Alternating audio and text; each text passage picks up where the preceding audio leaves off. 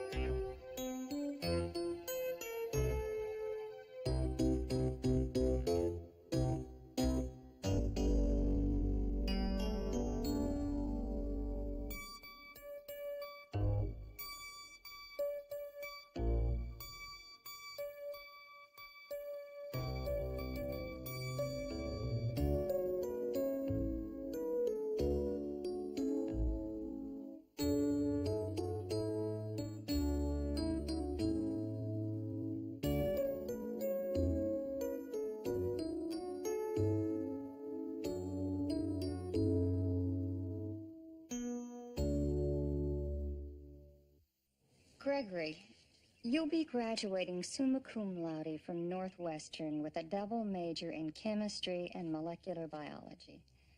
Your academic record clearly qualifies you for any medical school in the country. Why did you choose to apply to Southwest?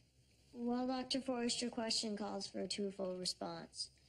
First of all, I greatly admire your faculty. And secondly, I plan on specializing in endocrinology, and it's a well-known fact that your laboratory facilities in that area are state-of-the-art. Not to mention how close the dorms are to Sunset Beach. Actually, that would be convenient. Marine biology is a hobby of mine. I spent one summer at the Scripps Institute studying green hydra, green algae symbiosis. One final question, Gregory. You've told us, and quite eloquently, I might add, why you've chosen Southwest. Now tell us why we should choose you. Because I'm the most qualified.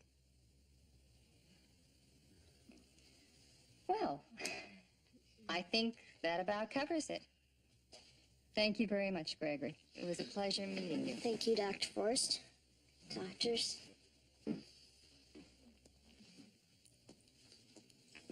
I appreciate you taking the time to talk with me, Dr. Howser. I've wanted to meet you since I was a kid. No problem, really. And call me Doogie, Greg. If you don't mind, I prefer Gregory. Stuart and I feel like outgrown Greg. Stuart. My father. Oh. So how long are you and Stuart gonna be here in L.A.? 2 weeks. Oh, great. Well, you have to check out Magic Mountain. There's this new ride called Viper. Oh, it's unbelievable. I don't think I'll have much of a chance. Stuart and I have decided to schedule all my time observing here at Eastman. Oh, that's too bad. Must be a drag having to come all the way to L.A. and spend all your time with your dad. Well, actually, I enjoy it. We read, attend lectures, play chess. Sound pretty wild. Well, we do enjoy ourselves. I must say, David, you've set a fine example. Douglas is quite an accomplishment. Well, thank you, Stuart. We've certainly tried. Don't be modest. As parents of gifted children, it's our responsibility to make sure that their God-given talents aren't squandered in youth. You've created a 17-year-old doctor. Not many men can say that. Well, to be honest, I can't say it either. Douglas became a doctor on his own. I actually think that Catherine's and my greatest accomplishment will be surviving his teens. Don't get cocky, Dad. You still have 3 years to go. All right.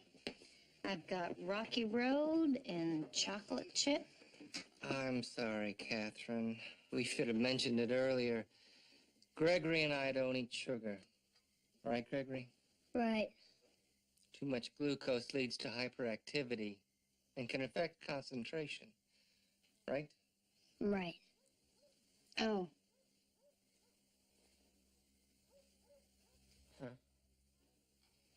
Nice system. I've got it compatible with 40 megabytes. I just got the flight simulator. Have you ever played that? No, Stuart feels games take up too much memory. Doug, it's over. I'm dead meat. Stick a fork in me. I'm done. Who's the kid? Vinny Delpina, Gregory Peltzman.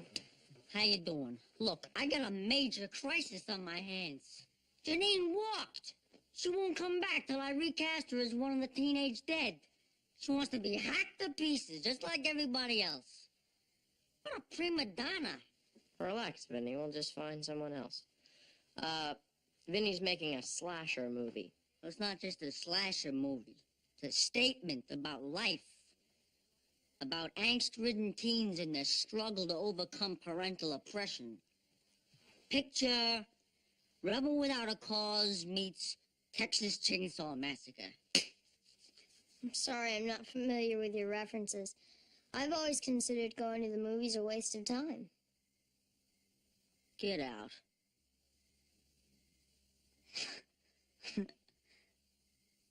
He's joking, right? Would you excuse me?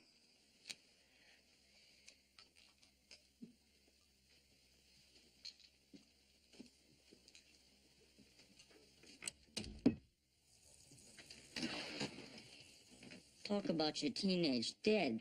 What a stiff.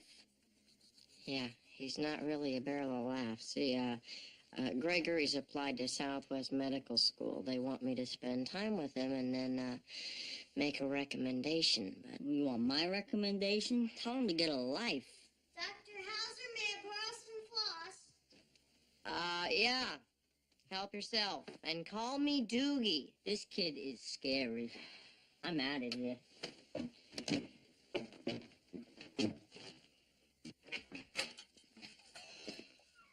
Was that the longest night of our lives or what? I mean, could you believe those two? Didn't know whether to feel sorry for the kid or beat him with a stick. And his father... Doogie, raising a prodigy isn't as easy as it looks. I can remember spending a lot of sleepless nights wishing you were just a little more average. But Stuart's got him programmed like a robot. At least you let me alone to do what I wanted. Well, not exactly, Douglas. Remember you wanted to join the debate team, and we enrolled you in the Cub Scouts? Or when you wanted to take that summer school calculus course, but we made you go to Camp Chipmunk. Do I? Chipmunks, chipmunks, chipmunks, we running, playing, and living free. I will never forgive you guys for that. Oh, honey, your father and I just want you to enjoy life and not bury yourself in your books. And luckily, I got some unexpected help in that area. Catherine. What? Doogie, the point is, we wanted you to have some balance.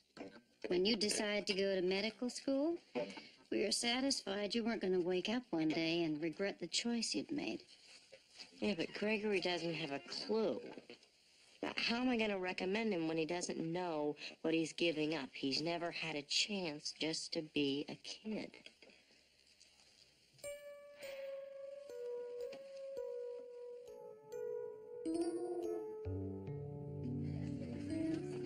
You know, you think in a city of 10 million people, half of whom want to be actors, I could find one maniacal killer. What's wrong with you? What do you think? Look at him. He's calculating the nutritional value of everything. This kid won't lighten up. Here, check this out. This is a typewritten itinerary of Gregory's and my entire weekend together. He's even scheduled an 8:05 meeting to discuss the schedule. Wait a minute. I got a brainstorm. Suddenly I feel a rewrite coming on.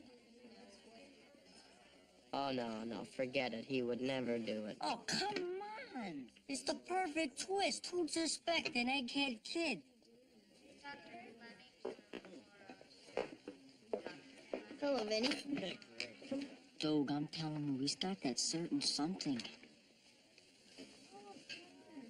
Look at this face. He's the one. He's got it. Got what? Who cares if he doesn't know movies? It's gotta be a quick study. You're a genius, right? Well, yes, but You know, Vinny, I think I see what you're saying. Mm-hmm. Oh, but I'm sure he wouldn't be interested. No, I'd never do it. never do what? Oh, no, Vinny was just suggesting that you would be perfect for Dr. Hyde, the brilliant medical mind that stars in my film. Really? Me? You know, there is a precedent for this. Dr. Jonas Salk was once very big in dinner theater. Well, it does sound somewhat interesting, but Dr. Howser and I are scheduled to observe a laparoscopic gallbladder operation at 2:15. I think we can arrange a change.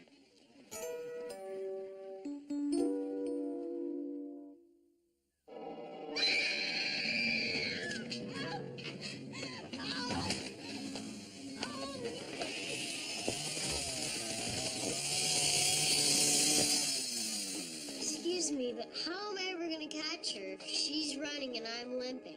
Cut!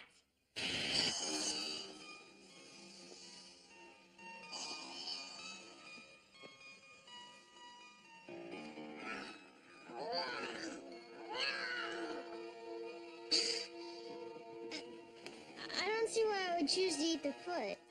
I mean, the heart or liver would have much more nutritional value. Cut! Gregory, babe, you're a cannibal. Cannibals aren't finicky eaters.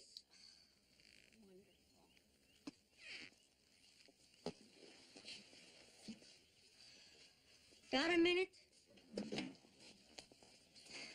We're going to be here all night, not if I kill him first.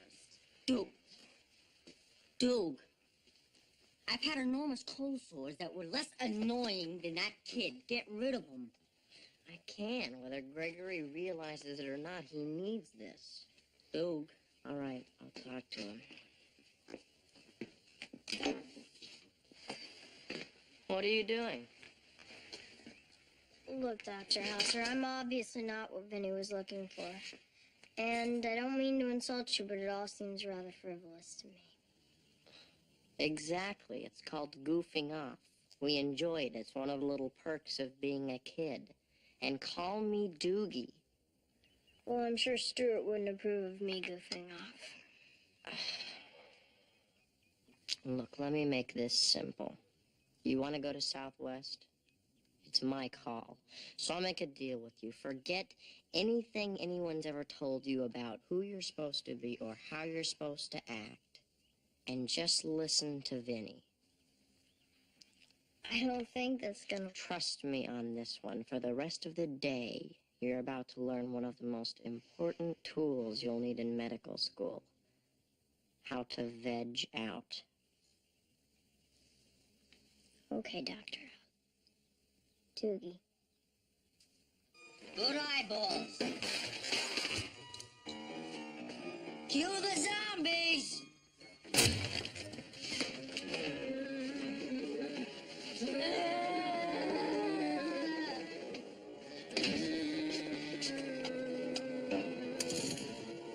Good, good. Beautiful, Gregory, beautiful.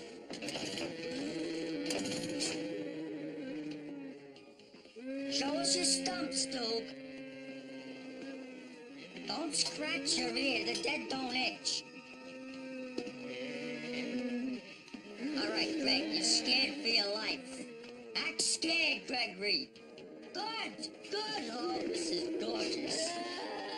Now, tear 'em limb from limb.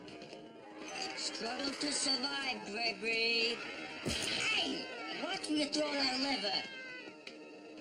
Who's got the brain? Coming. Good, good.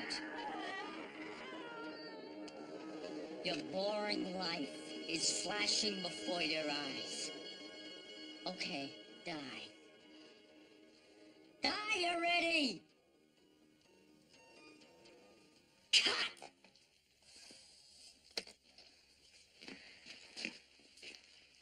That was beautiful, kid. I was truly moved. I'm sorry. I need a moment alone.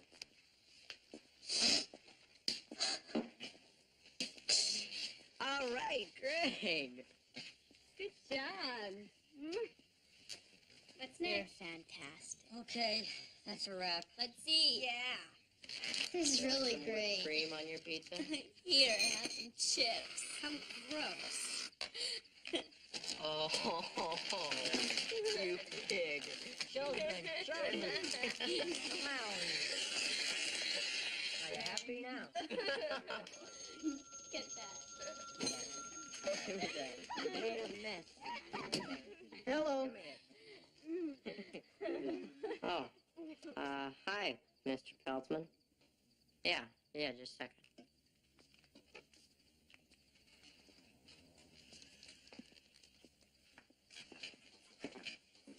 Hello, Stuart. Great. Well, actually, I think I'm gonna be a little bit late getting back. The gallbladder operation? I didn't go.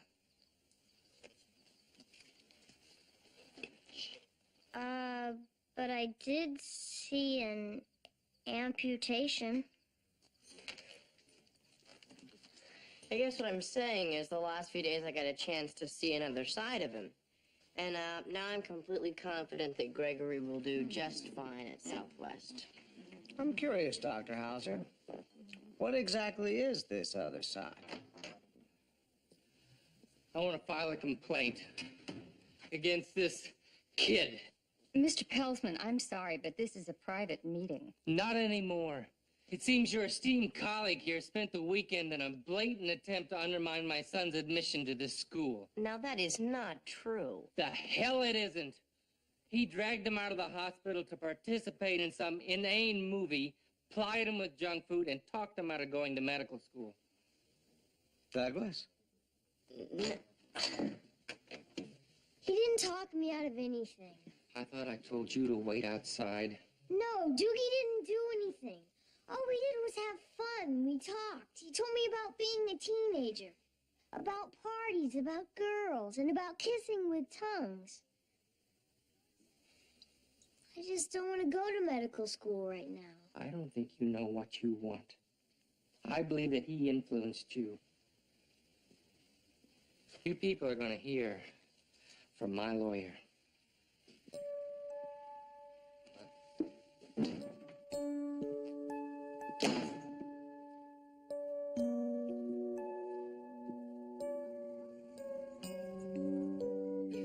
premiere of my first movie, and look at me. I'm sweating through my cummerbund. I feel sorry for the next guy who rents this tux. Relax, Vinny. It'll be great.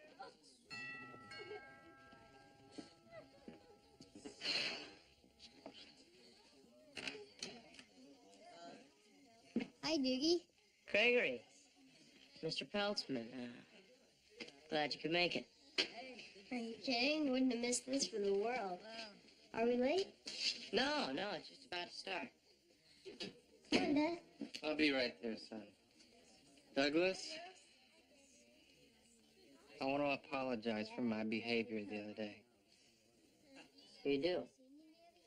It seems I was too angry to listen to what Gregory was trying to tell me. Though I admit I'm still somewhat disappointed in what's happened.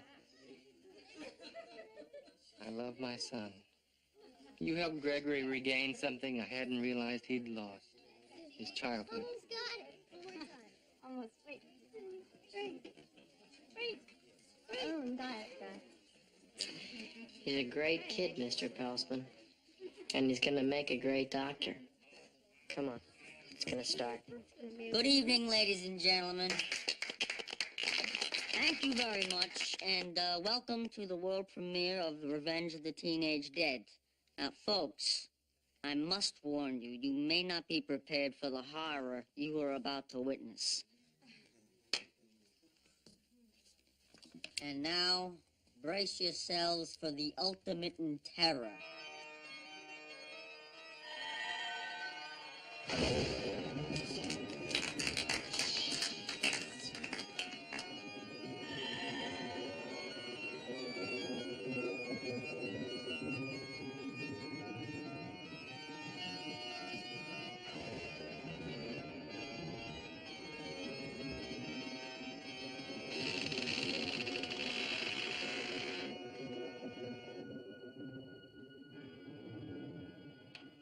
My name is Biff Harris.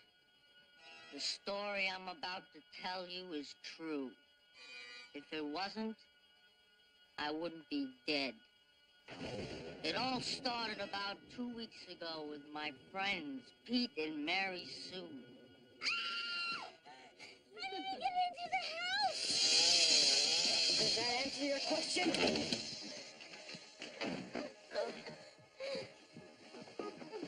Get up, Pete, get up! Get off, Sue, get off! It's coming, Pete, it's coming, get it, For once in her life, Mary Sue was right. Stop it, Mary Sue, do you hear me? Get a hold of yourself! I'm sorry, Pete.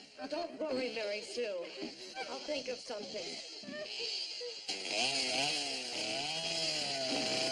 Oh my God! It's coming!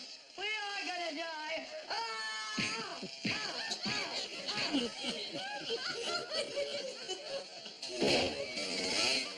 It looked like it was the end for Pete and Mary Sue. But there are no rules for the undead.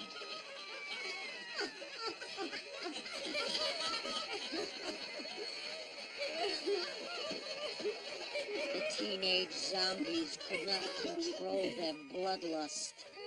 Every parent was on the menu.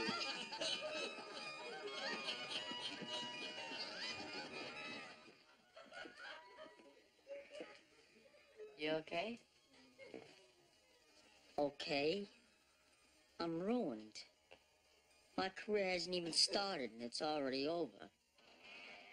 I think you're overreacting a bit. Listen to that. They're in there laughing. At me. Charlie Chaplin once said anyone can make 'em cry, but it takes a genius to make 'em laugh.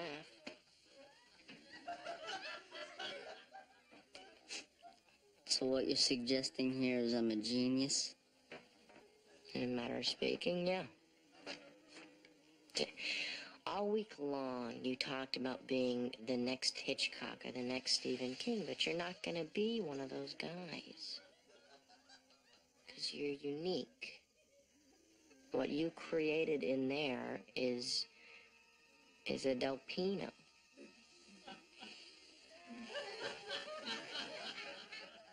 Maybe you're right.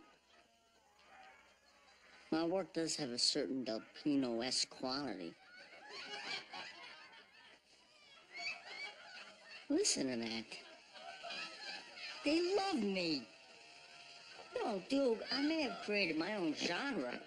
A horror-omedy. People will be laughing their heads off, literally. They'll pay an arm and a leg to see my movies.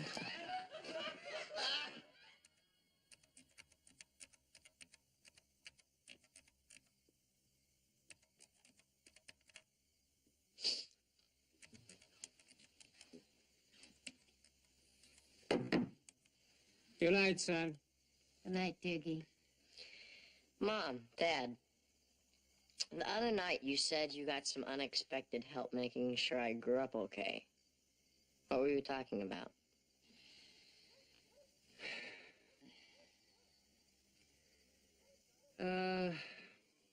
Douglas, as you can imagine, Vinny was not exactly my first choice for your best friend.